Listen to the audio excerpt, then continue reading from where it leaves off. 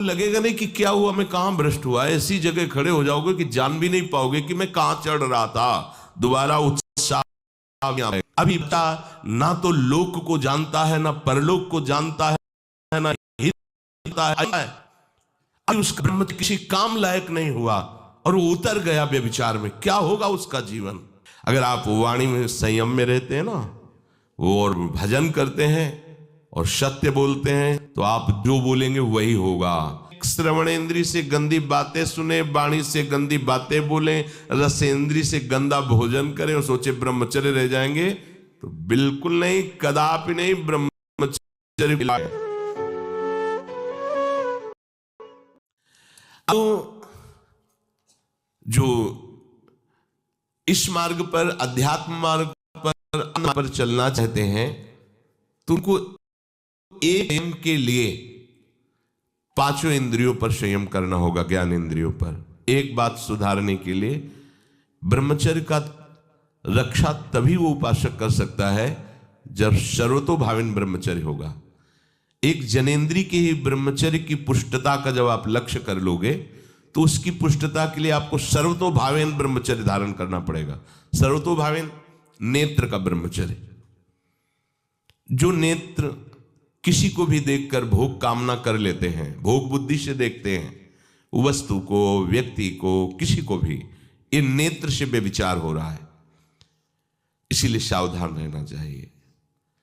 जैसे नाटक, सिनेमा आदि हैं, वहां तो जान रहे हो चित्र हैं, पर उनमें जो अभिनय करने वाले जन हैं वो तो संसारी जन ही है ना।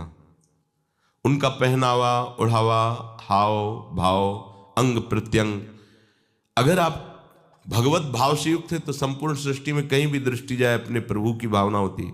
पर वहां तक पहुंचने के लिए आपको ये त्यागना होगा ना। आप किसी का अनुकरण न करें, आप अपनी स्थिति को देखें। अगर आप किसी का अनुकरण करते हैं कि हमने उनको देखा है, वो टीवी देख रहे हैं, तो टीवी में क्या देख रहे हैं, कहाँ स्थिति है, हमें क्या पता। हमको जहां पहुंचना है उसके लिए हमारे लिए बाधक है, हमें नहीं देखना है। अगर आप माना कि कोई नाटक ही देख रहे हैं, कोई ऐसे सीरियल ही देख रहे हैं, पर उसमें अभिनय करने वाले तो संसारी भोगी पुरुष ही है ना, कोई जितेंद्री महात्मा को थोड़ी देख रहे हैं। तो उस देखने में तन्मयता आती है, जिसको हम देखते हैं उस पर हम आसक्त होते हैं, तब उसका सुख अनुभव होता है। देखो कोई ऐसी रोने वाली सीन आए तो रोना आ जाएगा, हंसने वाली आ जाए तो हंसना आ जाएगा, ऐसे तो उसका प्रभाव हम पर पड़ रहा है ना। तो हम किसी के अभिनय करने वाले के अंग प्रत्यंग को देख रहे हैं और वो कामुक होकर कोई काम चेष्टा कर रहा है या कोई ऐसा, वो सारा का सारा मन कवर कर रहा है आपका। और एकांत होते ही फिर जो मन अपना मनमानी करवाएगा, आप नहीं सह पाएंगे। इसलिए नेत्र का ब्रह्मचर्य सबसे पहले शुरू कीजिए। आपको वो चीज नहीं देखनी, वो बात नहीं पढ़नी, वो दृश्य नहीं। श्रीमद् भागवत में वर्णन है, कोई पशु पक्षी भी मैथुन कर रहा हो, अचानक दृष्टि गई तो मानसिक प्रणाम करके दोबारा दृष्टि नहीं जानी चाहिए। इसीलिए लिखा है कि आप एक धनुष भूमि को देखकर, एक धनुष, इसमें किसी की हानि नहीं होगी, आपकी भी हानि नहीं होगी। आप एक धनुष भूमि देख करके ही चलिए। मतलब बहुत लंबी दूरी देखने की जरूरत नहीं है, बहुत दृष्टि उठा करके इधर उधर गर्दन हिलाने की जरूरत नहीं है। और जैसे कि कोई टक्कर मार सकता है, तो देखो जिनको प्रारब्धानुसार टक्कर लगनी होती है ना, वो चाहे जितनी सावधानी से चलो, वो प्रारब्ध आकर के दंड देता है। अन्यथा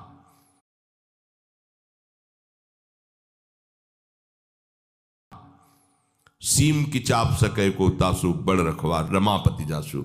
आप जा रहे हो भगवत चिंतन करते हुए, तो प्रभु का नाम, आपका प्रारब्ध यदि आया है, प्रभु से पास हो गया है कि आपको ये दंड मिलना चाहिए, फिर मिलेगा।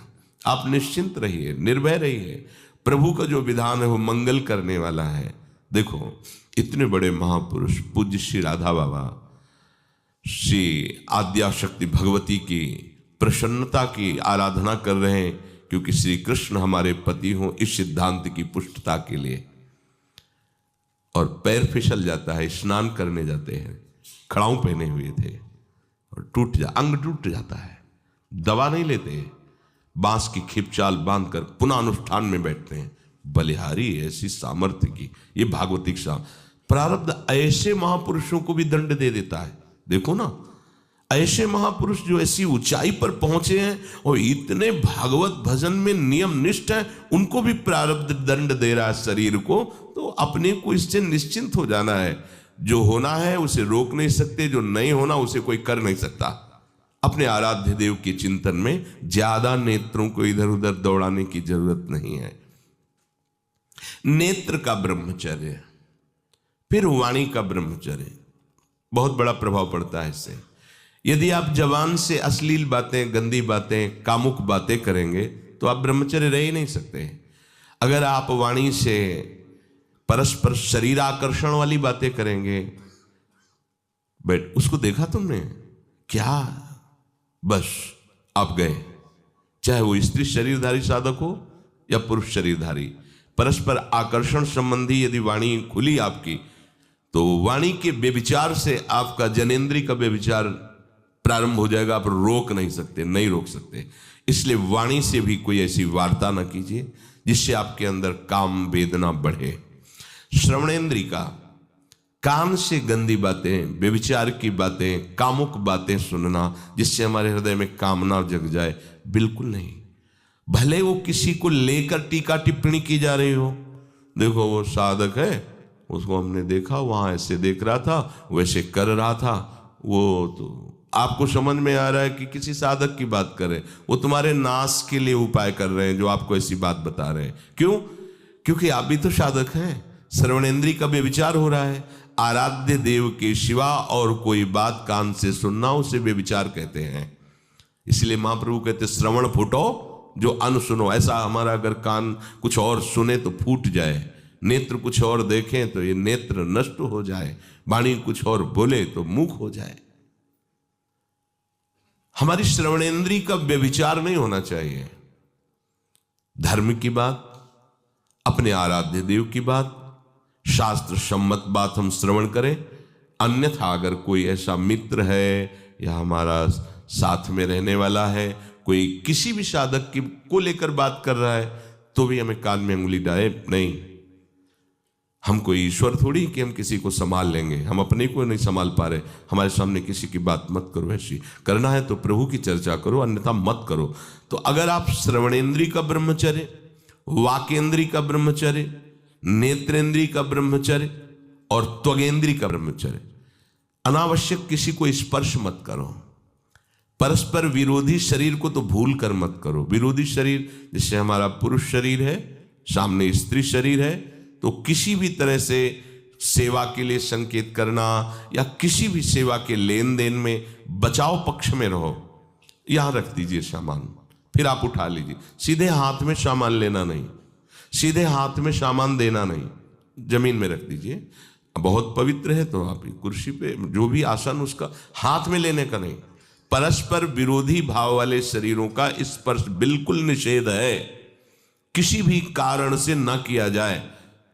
मान लीजिएगा ये बहुत मतलब आवश्यक है, यदि आप इसमें चूक कर गए तो धीरे धीरे आप फिसल के वहीं खड़े हो जाएंगे जहां से चढ़ना मुश्किल है। किसी भी साधिका को, किसी भी साधक को परस्पर लेन देन हाथ में नहीं करना चाहिए। मानो हमारी बात, आपको माला देनी, चौकी पे विराजमान करो, हम उठा लेंगे। हमें कोई सामग्री, ये सामान रखिए, आप उठा लीजिएगा। कभी भी कोई भी परस्पर मुस्कुराहट, बातचीत, ऐसे कोई इशारे यदि दिखाई दे तो आप बचो और उसको बचाओ। साधक है, साधिका है, उससे गलती हो सकती है, आपसे भी गलती हो सकती है। आप सत्संग सुनते हैं, आपको लगा कि इसकी मुस्कुराहट, इसकी कुछ चेष्टा ऐसी दिखाई दे रही है जो हमारे अंदर कामुकता पैदा कर सकती है, उसको भी बचाओ और स्वयं बचो, तो भगवान आप पर प्रसन्न हो जाएंगे। तेरे अंदर की बात, साधक को बहुत सावधान रहने की आवश्यकता। ये इसको खिलवाड़ मत समझो, इसीलिए कह रहे हैं ये अध्यात्म है, ये परमार्थ है। आपको लगेगा नहीं कि क्या हुआ, मैं कहां भ्रष्ट हुआ, ऐसी जगह खड़े हो जाओगे कि जान भी नहीं पाओगे कि मैं कहां चढ़ रहा था, दोबारा उत्साह भी नहीं आ पाएगा। बात अच्छे से समझ लीजिए। तो हमारी त्वगेंद्री का व्यभिचार ना होने पावे, सहसा किसी का इस पर, किसी की भी अगर सेवा करने का सौभाग्य मिले, फिर उसमें ये प्रश्न नहीं होता। अगर कोई गिर आप पड़ा है, भला ऐसी स्थिति में कि मुझे अत्यंत आवश्यक है उसे उठाना, अगर नहीं उठाते तो वो कष्ट पा रहा है, अचानक कोई गिर जाए, फिर हम ये नहीं देखेंगे, फिर ये हम सूत्र नहीं स्वीकार करेंगे कि अब हम तो ब्रह्मचारी हैं, अब हम खड़े खड़े देख नहीं, उसको अत्यंत आवश्यकता है हमारी। अब उस समय हम भूल गए अपने आप को और उसको उठा करके अगर हमें अस्पताल ले जाना, अस्पताल ले जाएंगे, जरूरत है हम उसकी सेवा करेंगे। सावधान, वो भगवत भाव से की हुई सेवा तुम्हारे अंदर आध्यात्मिक शक्ति पैदा करेगी, काम भावना नहीं पैदा करेगी। हमारी माँ बीमार हो और हमें उसे पता चला कि शौच कर दिया है, हमें शौचाना पड़े, हमें उसका मल धोना पड़े, तो क्या हमें काम जागृत हो जाएगा? क्या मेरी माँ है। हमारी बुद्धि कभी ऐसी नहीं होगी। आपका पिता है और आप लड़की हो, कोई दूसरा रह नहीं गया और वो बीमार है, आपको ऐसी क्या काम जागृत हो जाएगा? क्या अगर ऐसी सेवा में काम जागृत होता तो कोई नर्स ही अस्पताल में नहीं होती। हर सेवा उसको करनी होती है, नर्स को, चाहे वो स्त्री शरीर हो चाहे पुरुष शरीर हो, परस्पर विरोधी शरीरों की सेवा, पर कहीं काम थोड़ी जागृत होता है, क्योंकि उसको अपने सेवा धर्म से मतलब है। तो ये सेवा के समय इस सूत्र को न देखा जाए, पर ध्यान रखें, अत्यंत आवश्यक जहां आपके सिवा नहीं हो सकता, वहां अगर हमें ऐसा अवसर मिलता है कि सेवा उसे हो सकती है तो हम पहले उसे प्रेरित करेंगे। और अगर ऐसा है कि अब कोई नहीं है, फिर हमारा परम धर्म जागृत हो जाता है परहित का। अगर हमारा कोई निंदा भी करे, कोई शरीर की भी हानि हो जाए, अब हम परवाह नहीं करते। परहित सरिस धर्म नहीं भाई, इससे बड़ा कोई धर्म नहीं है। पर ध्यान रखें, भगवान को साक्षी करके ये उस समय की बात है जहां बिल्कुल कोई अब गुंजाइश नहीं रह गई है। त्वगेंद्री को ऐसे सहसा किसी आप पुरुष शरीरधारी पुरुष को भी सहसा इससे आप में शक्ति जागृत होगी। यदि आप वाणी को मौन रखते हैं और भगवान नाम जप करते हैं और सत्य बोलते हैं, तो आप जब कभी जो कुछ भी बोलेंगे वैसा ही सत्य होगा।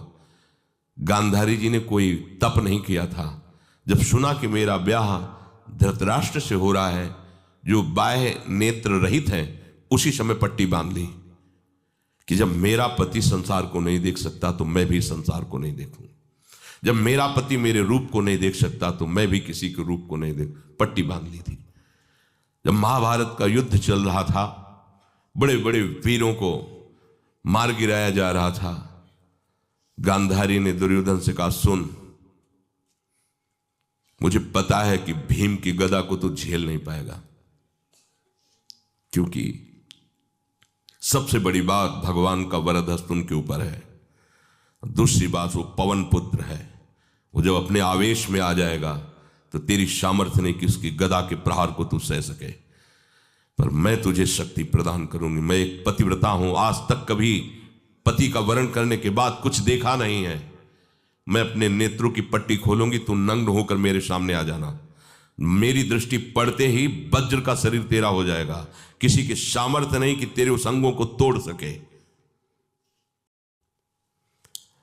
भगवान सब कुछ जानने वाले हैं और भगवान भक्त पक्षपाती होते। भगवान का स्वभाव भक्त का पक्षपात लेना होता है। वो अपने महल से कॉरिडोर से जा रहा था गांधारी जी के पास, भगवान आ गए झट से, तो तुरंत उसने हाथ ऐसे लगा लिया, मुझे शर्म आनी चाहिए यार, तो हस्तिनापुर के सम्राट पद पर अभिषिक्त होने के लिए तैयारी कर रहा है, नंगे घूम रहा है गली में। उसने कहा, गली में नहीं, माँ के सामने जा रहा है।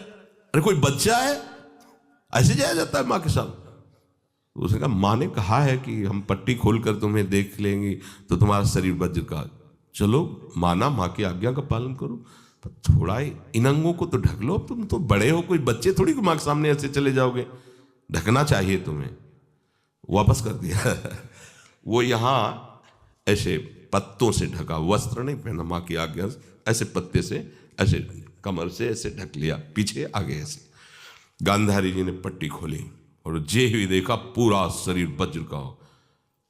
तो ये क्या किया तूने, कमर में क्यों बांध लिया? बोले शर्म लगती थी। कैसे आपके? बोले यहीं से मारा जाएगा, भीम की गदा का प्रहार तेरी इसी जंघा और कमर को तोड़ देगा, तेरी मृत्यु। मान गई, प्रभु के विधान के आगे किसी का बल काम नहीं करता। गांधारी। ये केवल आंख में पट्टी बांधने की सामर्थ्य थी कि मेरा पति यदि अंधा है तो मैं भी किसी रूप को नहीं देखूंगी। अगर आप वाणी में संयम में रहते हैं ना, वो और भजन करते हैं और सत्य बोलते हैं, तो आप जो बोलेंगे वही होगा।